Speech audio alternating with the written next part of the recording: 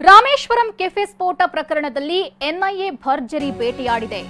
ಶಂಕಿತ ಉಗ್ರನನ್ನ ಇದೀಗ ಎನ್ಐಎ ವಶಕ್ಕೆ ಪಡೆದಿದೆ. ಪರಪ್ಪನ ಅಗ್ರಹಾರ ಜೈಲಿನಲ್ಲಿದ್ದಂತಹ ಶಂಕಿತ ಉಗ್ರ ಮಿನಾಜ್ ಅಲಿಯಾ ಸುಲೇಮಾನ್ ಅನ್ನ ಎನ್ಐಎ ಅಧಿಕಾರಿಗಳು ವಶಕ್ಕೆ ಪಡೆದು ಕಳೆದ 2 ದಿನಗಳಿಂದ ತೀವ್ರ ವಿಚಾರಣೆ ನಡೆಸುತ್ತಿದ್ದಾರೆ. ಶಂಕಿತ ಉಗ್ರ ಬಳ್ಳಾರಿ ಕೌಲ್ ಬಜಾರ್ ನಿವಾಸಿಯಾಗಿದ್ದಾನೆ. ಈತ ಐಸಿಸ್ ಜೊತೆ ನಂಟು ಹೊಂದಿದ್ದಾನೆ. ಇದೀಗ ಕಳೆದ 2 ದಿನಗಳಿಂದ ಆತನನ್ನ ವಿಚಾರಣೆ ನಡೆಸಲಾಗ್ತಾ ಇದೆ. ಬಾಂಬ್ ಸ್ಫೋಟಕ್ಕೆ ಪಿತೂರಿ ಶಂಕೆ ಮೇಲೆ ಈತನನ್ನ ವಿಚಾರಣೆ ಮಾಡಲಾಗ್ತಾ ಇದೆ. ಬಳ್ಳಾರಿ ಕೌಲ್ ಬಜಾರ್ ನಿವಾಸಿ ಮಿನಾಜ್ ಯಾನೆ ಸುಲೇಮಾನ್ ಅನ್ನ ಎನ್ಐಎ ಅಧಿಕಾರಿಗಳು ಇದೀಗ ವಿಚಾರಣೆ ನಡೆಸುತ್ತಿದ್ದಾರೆ. ಈತನ ಬಗ್ಗೆ ಅನುಮಾನ ವ್ಯಕ್ತವಾದಂತಹ ಹಿನ್ನೆಲೆಯಲ್ಲಿ ಕಳೆದ 2 ದಿನಗಳ ಹಿಂದೆಯಷ್ಟೇ ಆತನನ್ನ ಬಂಧಿಸಲಾಗಿತ್ತು.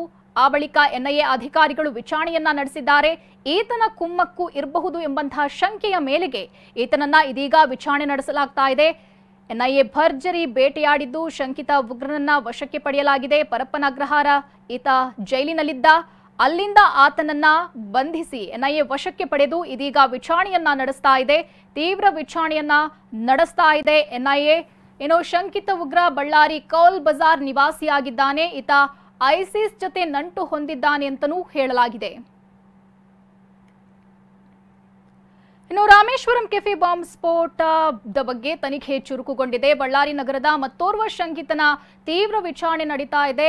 ಎಸ್ಎನ್ ಪೇಟೆ ಯುವಕನನ್ನು ಕೂಡ ವಿಚಾರಣೆ ಮಾಡಿದೆ ಎನ್ಐಎ. ನಿರಂತರ 1 ಗಂಟೆಗಳ ಕಾಲ ಎನ್ಐಎ ಅಧಿಕಾರಿಗಳಿಂದ ವಿಚಾರಣೆ ಮಾಡಲಾಗಿದೆ.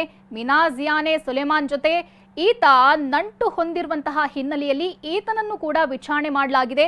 ಕೋಮು ಗಲಭೆ ಪ್ರಕರಣಗಳಲ್ಲಿ ಕಾಣಿಸಿಕೊಂಡಿದ್ದ ಈ ಯುವಕ ತೀವ್ರ ವಿಚಾರಣೆ ನಡೆಸಿ ಇದೀಗ ಎನ್ಐಎ ಟೀಮ್ ಆತನನ್ನ ಬಿಟ್ಟು ಕಳಿಸಿದ್ದಾರೆ. ರಾಮೇಶ್ವರಂ ಕೆಫೆ ಬಾಂಬ್ ಬ್ಲಾಸ್ಟ್ ಬಗ್ಗೆ ತನಿಖೆ ಇನ್ನೂ ಕೂಡ ಚುರುಕುಗೊಂಡಿದೆ. ಬಳ್ಳಾರಿ ನಗರದಲ್ಲಿ ಮತ್ತೋರ್ವನನ್ನ ಬಂಧಿಸಲಾಗಿತ್ತು. ಆತನ ಬಗ್ಗೆ ಶಂಕೆ ವ್ಯಕ್ತವಾಗಿತ್ತು. ಆತ ಕೋಮು ಗಲಭೆಯಲ್ಲಿ ಭಾಗಿಯಾಗಿದ್ದ. ಅಲ್ಲದೆ ಈ ಮಿನಾಜ್ ಯಾನೆ ಸುಲೇಮಾನ್ ಯಾರಿದ್ದಾನೋ ಆತನ ಜೊತೆ ಸಂಪರ್ಕ ಹೊಂದಿದ್ದ. ಹೀಗಾಗಿ ಈ ಯುವಕನನ್ನು ವಿಚಾರಣೆ ನಡೆಸಿದ್ದಾರೆ. ಆ ಬಳಿಕ ಎನ್ಐಎ ಅಧಿಕಾರಿಗಳು ಆತನನ್ನ ಬಿಟ್ಟು ಕಳಿಸಿದ್ದಾರೆ.